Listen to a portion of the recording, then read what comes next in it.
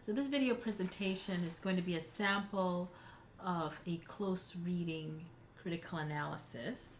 It's going to treat 3 passages in Odyssey 16 that could be part of a larger research essay on the theme of fathers and sons. Specifically, it'll concentrate on the interactions between Odysseus, Eumaeus, and Telemachus. And now Telemachus. The howling dogs went nuzzling up around him, not a growl as he approached.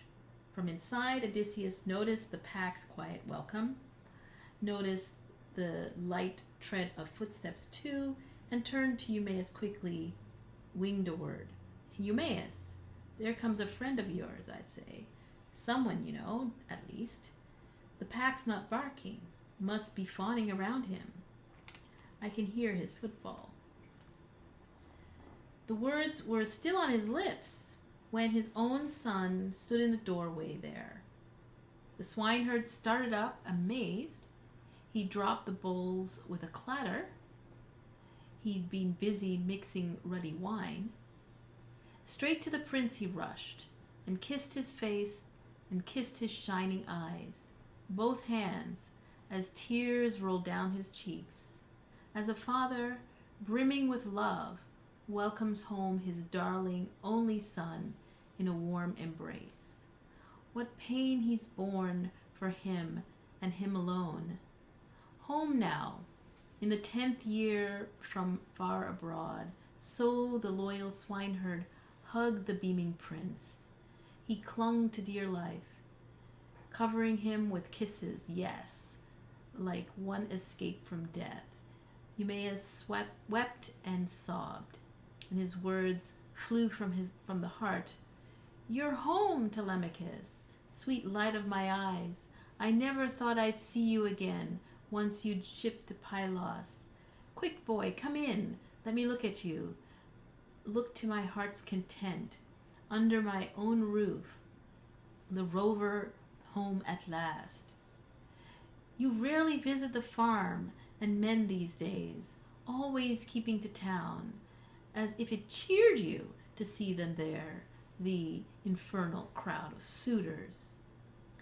Have it your way, thoughtful Telemachus replied. Dear old man, it's all for you that I've come, to see you for myself and learn the news. Whether my mother still holds out in the halls, or some other man has married her at last, and Odysseus's bed, I suppose, is lying empty, blanketed now with filthy cobwebs. So both Eumaeus and Odysseus are busy having breakfast, and then Telemachus enters the scene. And it's Odysseus who first notices that he has approached. He can hear the footsteps, and he also notices that the dogs are not behaving as if a stranger has arrived, that they're quiet. And then he tells Eumaeus that somebody Eumaeus must know has arrived. And as soon as he says that, Telemachus appears in the doorway, and Eumaeus next sees Telemachus and starts. So we can say then that the first part of this episode, where Odysseus notices this, that we're led to focalize, in other words, see the events initially from Odysseus's perspective. He's the one that notice the verbs, he does the noticing, he quickly announces to Eumaeus. So he's the active partner here, and it's his perception of Telemachus's approach that initiates action here. So we're initially focalized through Odysseus.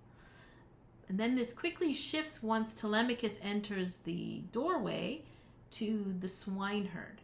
So the swineherd starts, and he's then amazed. So he's now the one emotionally attached to the events.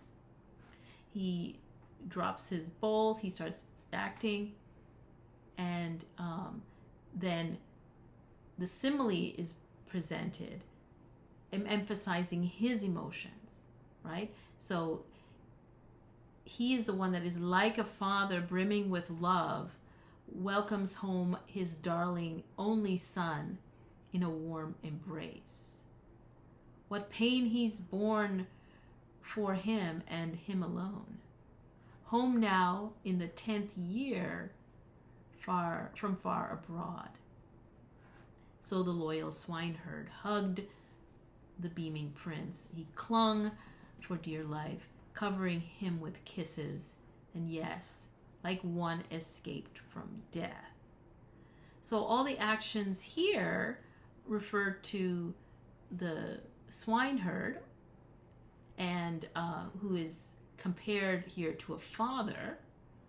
But there's something particularly interesting about this simile, because it's not just any father. It's a father who has been away for 10 years, right? So one might easily see that this is alluding to Odysseus. So in a sense, then both Eumaeus and Odysseus are kind of merged in this simile, even though it's really Eumaeus who is the immediate comparison here. But you're also so to imagine then perhaps attribute to Odysseus a longing similar to this. In fact, he is the guy in the simile that would behave this way when his son appeared. Now, what's interesting is Telemachus's reaction to Eumaeus. So Eumaeus seems to be behaving as if he were Odysseus, like he sort of sees himself as a substitute Odysseus. However, Telemachus doesn't really reciprocate that relationship. He doesn't necessarily see Eumaeus as a substitute for his actual father, Odysseus. Eumaeus complains in the passage that Telemachus doesn't come very often lately, presumably since he's been grown up. He doesn't come to visit the farm and see the men anymore. He seems to hang out with the suitors. And so Telemachus' response is sort of apologizing for the not seeing him after so long, and saying that he came to see him. He says, dear old man, it is all for you that I've come, to see you for myself and learn the news. So in a way, he does recognize that this old man, his servant, is important, but he's also a source of information for Telemachus. He's not a father figure here.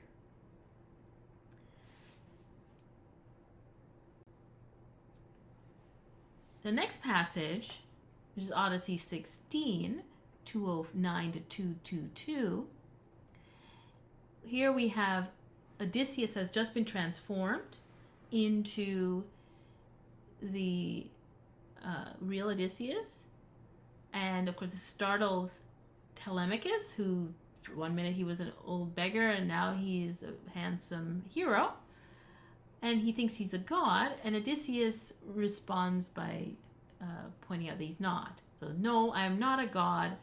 The long enduring great Odysseus returned. Why confuse me with one who never dies? No, I'm your father, the Odysseus you wept for all your days. You bore a world of pain, the cruel abuse of men. And with those words, Odysseus kissed his son, and the tears streamed down his cheeks and wet the ground, though before he'd always reined his emotions back. But still, not convinced that it was his father, Telemachus broke out, No, you're not Odysseus, not my father. Just some spirit spellbinding me now, to make me ache with sorrow all the more. So here we get the reaction of Telemachus to Odysseus's transformation. And what's interesting, in the words of Odysseus, he says, I am your father, you wept for all your days. And if we'll remember the simile in the previous passage, it was the father was weeping at seeing his son come back after 10 years, which is the inverse, of course, of what is going on between Odysseus and Telemachus. Telemachus is the one who, the son, in other words, is the one who is longing for the father to come back after 10 years. So, in a sense, then, the simile also reflects Telemachus. Like Telemachus is longing for his father, though presenting him in comparison with that father longing for the son. Now here Telemachus doesn't accept that this is Odysseus, and so you have Odysseus showing his emotions just as in the simile again. So here there's another way of looking at the simile as reinforcing our original suspicion that there was a blending going on between Eumaeus and Odysseus, and that the father in the simile was Odysseus. So here that suspicion is realized, like he is the father in the simile. Here he is kissing his son and the tears are streaming down, as a father who hasn't seen his son for 10 years. So that's all manifest here now.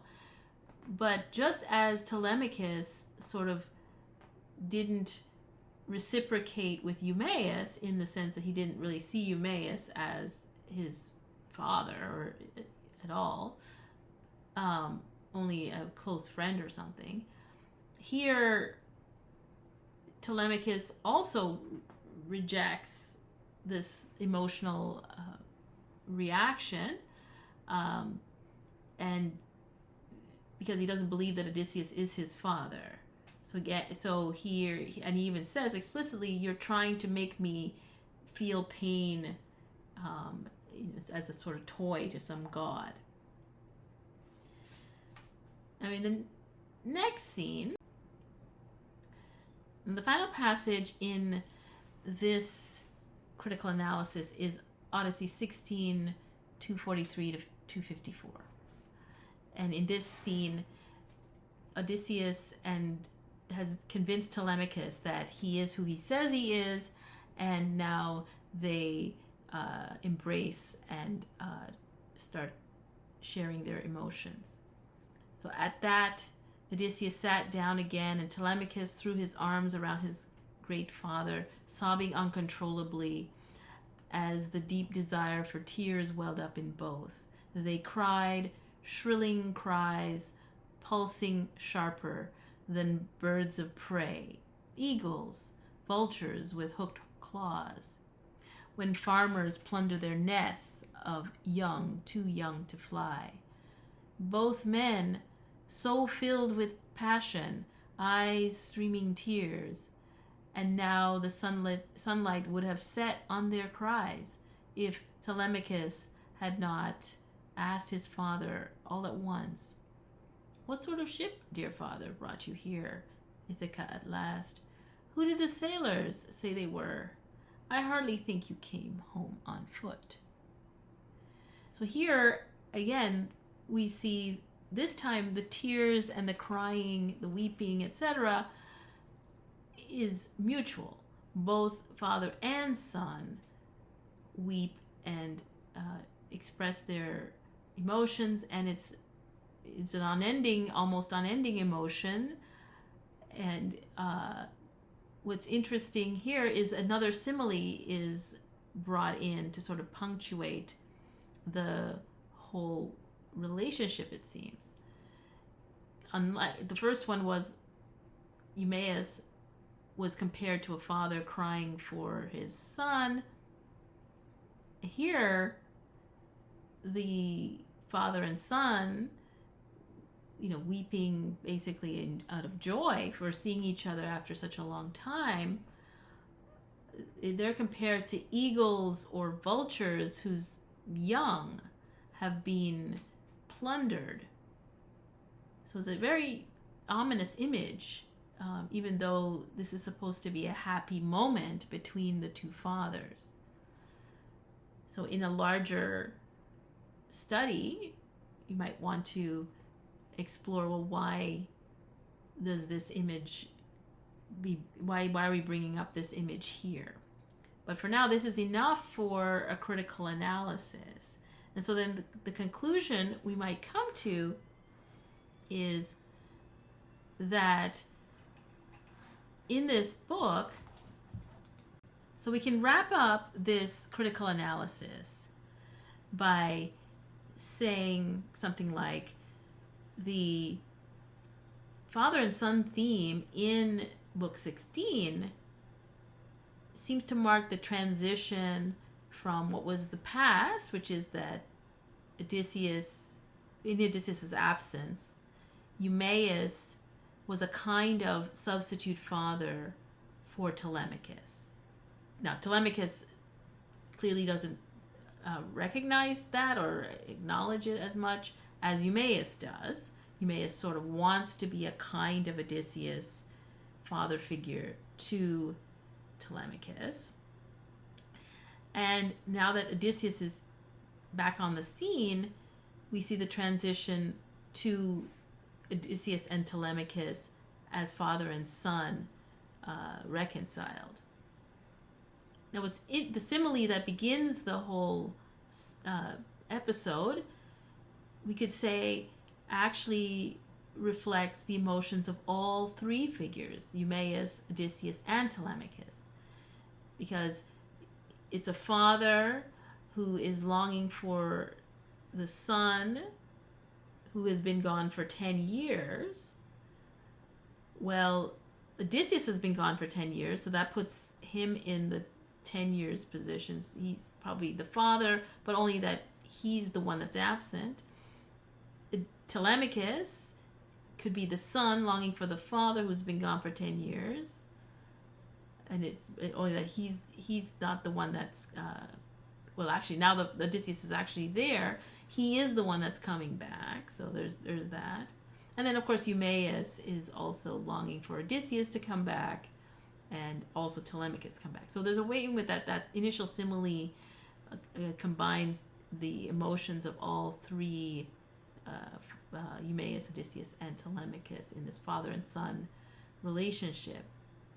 Now, what's interesting is that final simile that sort of concludes this whole theme, which is the one about the eagles and the vultures crying, and that's comparing the weeping of Odysseus and Telemachus to these sort of birds of prey crying for their children that are being knocked out of the nests by humans. This probably points forward to the combined actions of Odysseus and Eumaeus, and also Telemachus, against the suitors who are behaving like vultures in Odysseus's house. So I hope this was helpful. Now, if you were to write it up, without all the hums and ha's and etc., this would probably be no more than 6 pages. So this is what I mean by a critical analysis. That's a sort of nice, close reading of a few passages. In this case, it's really 3 passages, 1 longer and 2 shorter passages. But they're all tightly connected to the one theme, which I've chosen, which is father and sons.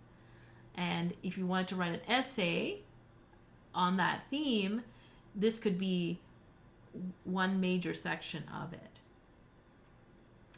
So I hope this was helpful and gives you some ideas of what you can do with a critical analysis.